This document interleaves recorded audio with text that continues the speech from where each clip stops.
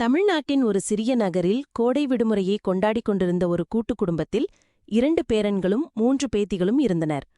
அலுவலக பணிக்காக வெளியூர் சென்ற தாத்தா 2 நாட்கள் கழித்து வீடு திரும்பி குழந்தைகளுக்காக ஒரே மாதிரியான ஆனால் வண்ணம் மாறுபட்ட பொம்மைகளை வாங்கி வந்தார். அனைவரும் மகிழ்ச்சியுடன் விளையாடினர். மறுநாள் காலை இளைய பேத்தியின் சிவப்பு பொம்மை உடைந்து கிடந்தது. தாத்தா விசாரித்தார். முதல் பேரன் தனது பொம்மை நன்றாகவே இருந்தது என்று சொன்னான். 2ஆம் பேரன் தான் இந்த பொம்மையை விரும்பவில்லை, ஆனால் அதை பாதுகாத்தே வைத்திருந்தேன் என்றான். 3வது பேத்தி சிவப்பு நிறம்தான் மிகவும் பிடித்த நிறம், ஆனால் யார் உடைத்தது என்று தெரியாது என பதட்டத்துடன் சொன்னாள். 4வது பேத்தி அவள் அழுகிறாள், என் பொம்மையை நான் தருகிறேன் என்று அன்போடு கூறினாள்.